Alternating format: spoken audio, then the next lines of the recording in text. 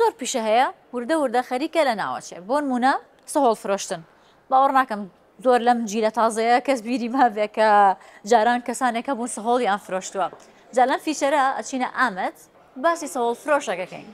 ئەحمەد ئاگدەمیر لەگەڵ کوڕەکەی کە ناوی محەممەدە خەریکی سەهۆڵ فرۆشتنن ئەو لە ساڵی 1970ەوە سەهۆڵە فرۆشە و کارگەیەکی بچووکیشی هەیە بەڵام شێوازێکی نوێی بۆ خۆی دروست کردو ئێستا چیەکە لەگەڵ کوڕەکەی بە دوو ئەسپ ئەسپەکانیان ناویان چیە ناویان بەفر لەگەڵ باگەر هەر لە ساڵ نزیکە نەهەوە کەشتی بەسپەکە ئەچن کاتێ لە هاوینە پلەی گەرمای ترە بێتە 50 و 45 و گەرمایەکی زۆرێت و زۆر لە شوێنەکان لە دەوروبەری سووری ئامەد کارەبا نامێنێ و زۆر گەرمایە ئەمان چێکن بەسپەکانیان سەهۆڵ بۆ دوکاندار و خەڵکەکانە بن جا ئەوان دوکاندارەکانی ژەڵێن ئەمە شتێکی زۆر باشە نانەوەی قساکەڵێ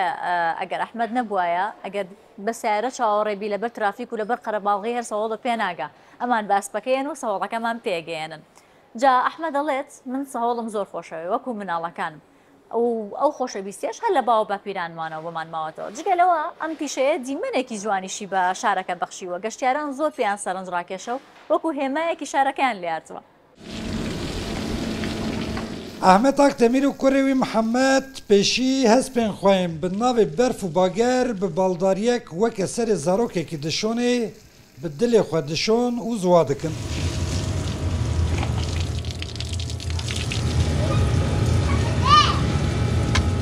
پشت ڕێژی وان هەردوو هەست پێن دەلالی بزین و گەم دکن ji cemedxaneya xwe cemedan derdixin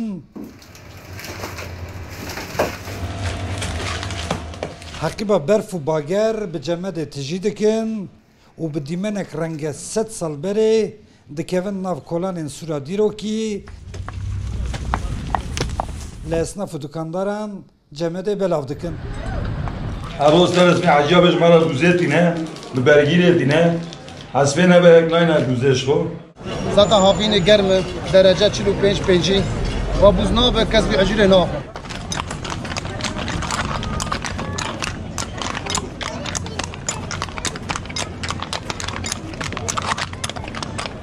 Ji 1980 vir va karê Ahmed Akdemir cemedfiroşî ye. Xelkên bajêr jê re dibêjin bûzcî baba û ew jî dibêje ez bavê cemedê me. Taybetiya herî cewaz a wî jî ew e ku ew bi cil û bergên heremî û bi hespan vî karî dike. Ji bo ki wekî ewlada mij cemedê hez kir îcar ji mir dibên bavê cemedê. Ez cana cemedê dikim himêza xwe ez jê hez dikim ez bîn dikim yanî ji teref Xweda Celle Celaluhu hezkirina cemedê diketî dilê me. Û 2-3 sal 5 sal tişkî were me dest bi hespa û bi cemedê em bibin. Yek ji sebeba vî îşê jî ez dikim yanî ev hezkirina hespa ji bav û kalatê em pir jî hez dikin carna em derin mehekî em li derdimînin zivistanê wexta em tên malê jî em berê li zar û zîçê xwe mêze nakin em tên hespê xwe maçî dikin. Her sal di dema xatirxwestina zivistanê da di wextê ku êdî belekên berfê dikevin çiya û zozanan çem û cihok bi coş diherekin kulîlkên ewil axê dibişkivînin germa zêde dibe û hilmeşorana biharê mizgîniya vejîna xwezayê dide Ahmed Akdemir û kurê wî bi hespên xwe dest bi xizmeta cemedfiroşî dikin ta ku bi kuliyên ewiliyên berfê ax dikeve xewek cemedî. Şemî û yekşemê seyare divran narin em va cemedê xwe em bi hespa tînin. Bi seyarê trafîk zêde ye. Trafîk nikanin mesela bi seyarê here ev însanê merovek ava cemeda wa tune hek xanî yanî tebex hene ava wa cemeda wa tune em ji wara dibin. Yani teqrîb em bibêjin royê tonkî tişkî belkî ton û nîvkî têra mew em bibêjin evê em cemedê ji war dibin têra me wa dike. Piçûktiye de heta vira bavê xwe re bûza dibim ecûrciya re apê îsan re tînim ji bo îsa rav bixwin.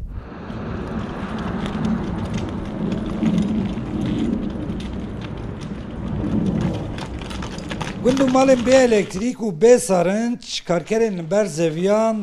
palayên genim û ceh, nîsk û nokan, هر کیبن و جیوان هر چقدر دور بن جی جباب جمد را فرق نکه لورا هر جیهک بسر آمده وایه جوان را روتایک گلک حسانه دز بافی جمد مای دبها فینال چمه دیار بکر دخم آمد الشريف قلق قديم وكا جمد عمري مدحلا وكا جمد عمري مدحلا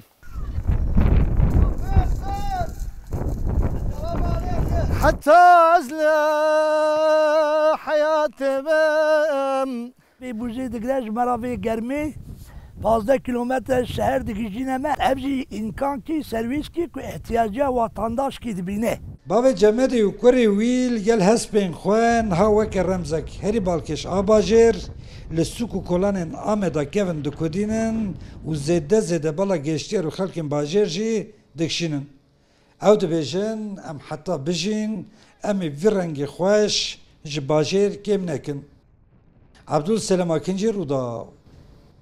آمد